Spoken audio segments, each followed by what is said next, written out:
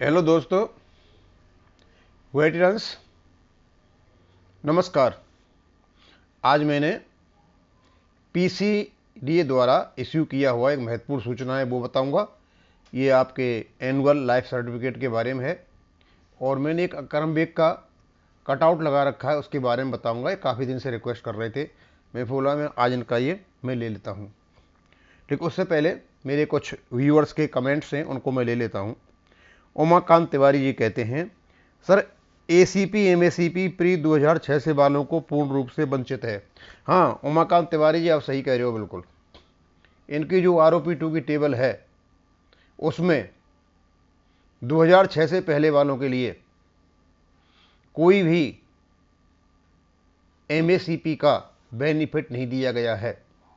ये कन्फर्म है, क्योंकि जिनको एमएसीपी का बेनिफिट मिला है वो सिपाही है, तो वो सिपाही की जो पेंशन है वो आरओपी 2 की टेबल में उसके बराबर नहीं है, बल्कि उसकी पेंशन उसका जो कॉरिजेंडम पीपी है उसमें सुधर करके आ रही है, और वो लगभग जितने साल की सर्विस करके आया है उतने साल के बराबर हवलदार के बराबर है। और ये ओआरओपी की एक विसंगति है। इस पॉइंट को भी हमने उठाया हुआ है। अब कितना सफल होते हैं तिवारी जी, बाद में पता चलेगा। मैं अच्छी लगा मेरे को, क्योंकि पेंशनर्स के एरिया आना शुरू हो गए, तो इस पर से तो लगा मुझे कि वहाँ इंस्टॉलमेंट पेमेंट किया जा रहा है, लेकिन कई बैंकों ने पूरा का पूरा जो एरियर है वो दे दिया है। अब ये क्यों इनमें विषमता है वो मुझे पता नहीं, ये शायद 13 तारीख को क्लियर हो जाएगा। लेकिन मुझे लगता है जब बैंक पूरा एरियर दे रहे हैं तो 15 तारीख तक सभी के पूरे एरियर मिल जाएंगे। मैं अपने उन सभी व्यूवर्स को धन्यवाद देना चाहता हूं कि जो भी मैं वीडियो डाल रहा हूं वो मानते हैं हाँ ये सही है। और आज मैंने और कल जो ग्रुप पे 6200 का वीडियो डाला, लोगों ने माना कि इसमें काफ़ी जो तर्कपूर्ण और लॉजिकल फैक्ट्स हमने रखे हैं, उनमें हमारी सरकार के साथ जीत होगी, नहीं तो कोर्ट में जीत होगी। सुनील दत्त शर्मा जी कह रहे हैं, सर आप ये बताइए कि ओआरओपी 2 के लिए जो भारत सरकार ने 23 करोड़ रुपए का जो खर्चा किया है वो कहाँ का गया है। शर्मा जी एक बात बता देता हूँ आपको, ये 23 करोड़ नहीं है, ये 23,000 करोड़ है।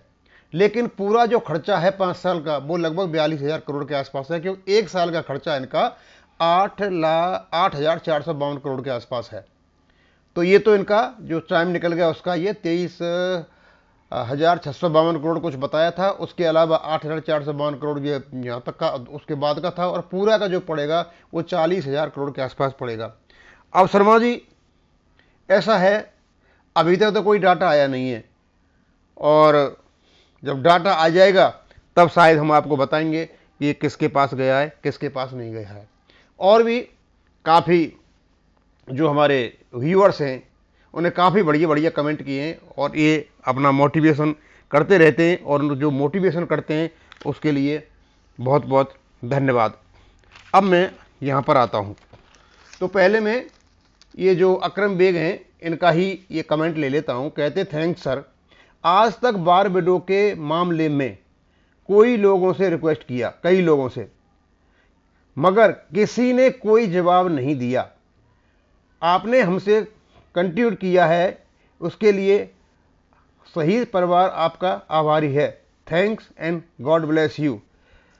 अकरम बेग जी बहुत बहुत धन्यवाद। और मैं और बता दूं आपको, जो बार विडो का जो पेंशन होता है वो अलग प्रकार से होता है, और उसे हम लिबरलाइज्ड फैमिली पेंशन कहते हैं।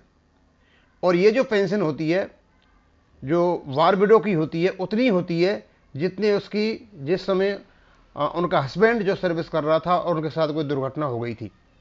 और यदि आप चाहते हो कि उनकी कितनी पेंशन है तो आपको उसके रैंक के अनुसार और कितने साल सर्विस उसके अनुसार आप जाइए 57 टेबल में, जो OROP 2 का जो सर्कुलर है 666, उसमें आपको पता चल जाएगा। क्योंकि 2 सर्कुलर हैं इसके, 57 और 58। तो 58 तो आप पर लागू होगा नहीं कि अभी आया है, 1/1/2016 से लागू है। और आपकी बात से लगता है कि कोई पहला केस है, तो आप 57 टेबल में जाइए और वहाँ आपने कितने साल में सर्विस की और किस रैंक में थे वहाँ आपको उसका पता चल जाएगा।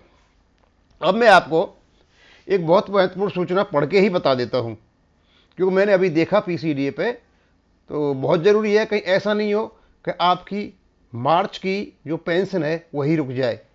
आपने एनुअल लाइफ सर्टिफिकेट दिया या नहीं दिया, वो जा करके आप देख भी सकते हो। इसमें एक लिंक दिया है, यहाँ लिंक पर जा करके पता चल जाएगा।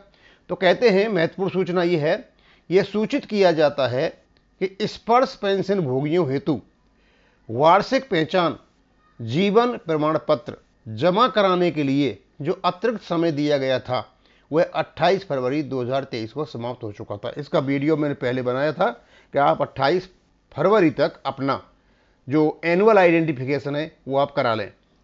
स्पर्श पेंशन भोगी जिन्होंने अपनी वार्षिक पहचान जीवन प्रमाण पत्र अभी तक जमा नहीं करवाई है, उनसे अनुरोध है कि वे 20 मार्च 2023 तक अपनी वार्षिक पहचान जिनका जीवन प्रमाण पत्र जमा करना सुनिश्चित करें, अन्यथा मार्च 2023 से पेंशन बंद कर दी जाएगी। उन्होंने बड़ा स्पष्ट बोल दिया है कि यदि आप 20 मार्च तक पेंशन को जमा नहीं कराते हो, लाइफ सर्टिफिकेट जमा नहीं कराते हो, तो आपकी पेंशन बंद हो जाएगी। तो ये आपकी जिम्मेदारी है।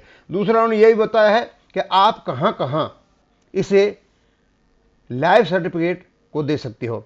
वार्षिक पहचान जीवन प्रमाण पत्र जमा कराने हेतु उपलब्ध साधन, पहला है जीवन प्रमाण पोर्टल के माध्यम से, दूसरा है स्पर्श पोर्टल के माध्यम से मैनुअल लाइफ सर्टिफिकेट, स्पर्श पोर्टल के माध्यम से डिजिटल लाइफ सर्टिफिकेट, यानी स्पर्श से आप डीजीएल और जो मैनुअल लाइफ एमएलसी और क्या नाम डीएलसी, ये दोनों आप दे सकते हो।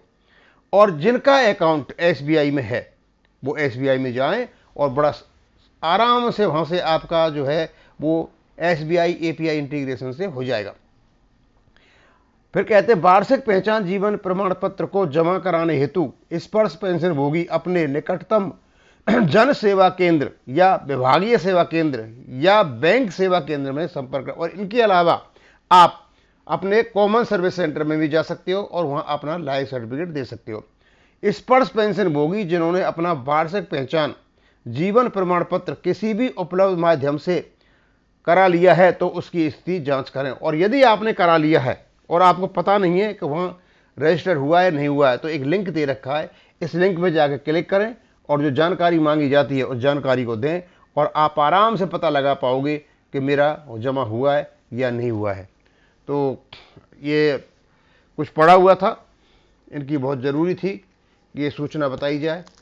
और दूसरा हम आप बताएंगे आज आपको कि अंत में आज हम जंतर मंतर पर गए थे। 12 तारीख का जो धरना हो रहा है उसके संबंध में कुछ क्लियरेंस वगैरह थी और जो आगे चल के voice of ex service society इसका नेतृत्व कर रही है और कई संगठन इनके साथ में आ रहे हैं। तो वहाँ जा कर के देखा काफ़ी बड़ी भीड़ थी। वहाँ जो तेलंगाना के चीफ मिनिस्टर हैं उनकी बेटी दिल्ली के किसी शराब कांड में फंसी हुई वहाँ एक मीटिंग कर रही थी, तो ये नाटकबाजी हो रही थी वहाँ, तो बहुत बड़ी भीड़ हो रही थी, लेडीज ज़्यादा थी। तो वहाँ देखा हमारे आदमी कहाँ बैठे हुए कहें, तो हमने देखा कि वहाँ एक कोने में 4-5 आदमी बैठे हुए हैं। और फिर पता चला पुलिस से कि वहाँ किसी को भी दिन में, रात में तो होती ही नहीं है, धरना की अनुमति नहीं है। केवल वही धरना दे सकते हैं जिनको वहाँ अनुमति दे रखी है। तो वहाँ ये कंडीशन थी। और आगे हम नहीं बताएंगे कि अच्छा नहीं लगता किसी के बारे में कुछ कहना, लेकिन सब कुछ ऐसा लगा, ऐसा कोई प्रभावशाली चीज़ नहीं थी जो दिखाई जाती है। और 12 तारीख को एक धरना है, विभिन्न क्षेत्रों से, विभिन्न देश के इलाकों से काफ़ी लोग आ रहे हैं और पता चला है कि वहाँ पहुँच भी गए हैं काफ़ी बड़ी मात्रा में।